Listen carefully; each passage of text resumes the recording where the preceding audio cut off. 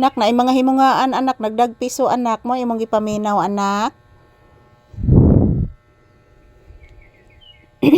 Na himungaan anak, nagpaduol nga res atong lugar anak, ang himungaan anak, nagdagpiso anak. Ayan, nakikinig po si Papi guys. Mayroon pong manok. Mayroon pong manok dito na bumibisita. Mayroon pong anak ang manok guys. Mayroong 4 na anak. Nandyan sa labas yung manok. Ayan, mayroon ding ibon na, mayroon ding ibang huni ng ibon ngayon. Everyday dito guys, may iba't ibang huni ang ibon. Ayan, tingnan nyo po guys. Ayan si Papi ngayon, nakarelax po siya guys. Nakarelax po siya ngayon. Magwi-wait na lang po siya, maghihintay na lang po siya guys para panghapunan po namin. So, sa pagkakaroon guys, nagpahuway lang siya diri sa ilawom sa akong paa si Papi. Paminawa ang langgam nak. Lain na sagtingog ang langgam anak. Lain na sagtingog ang langgam Papi.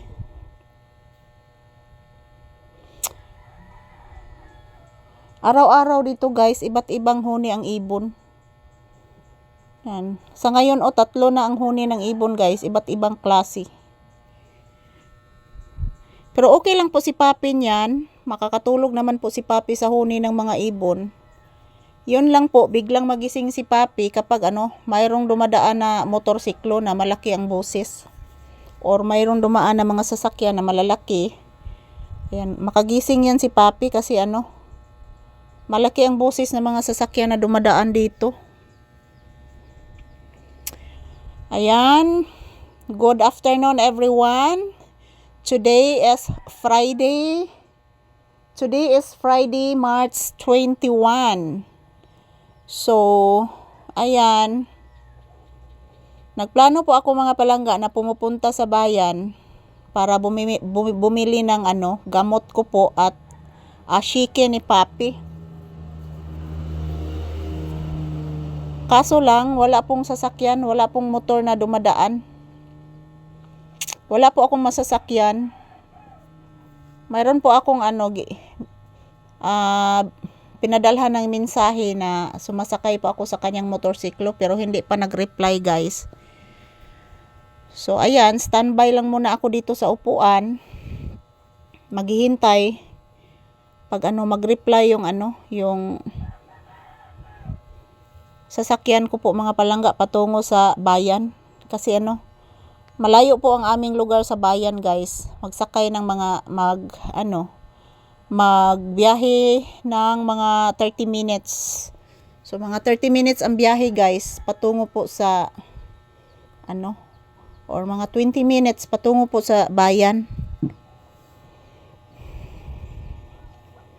Yan si Papi, nakarelax lang po. So ito lang po ang daily routine ni Papi dito guys. Mag-relax, matutulog. At the same time, magbabantay din si Papi sa amin dito. Ayan, palaging alerto po ito si Papi guys, lalo na pag mayroon siyang makita na hindi po niya kilala na tao. Alerto po talaga ito si Papi. Alerto. So ayan, ito lang po ang update ngayon ni Papi dito sa loob ng tindahan guys. Yan, kanina nakikinig po siya ng boses ng manok. Yung manok na dumadaan dito na mayroong mga anak na manok. At then, the same time, mayroon pong mga ibon na naghuhuni.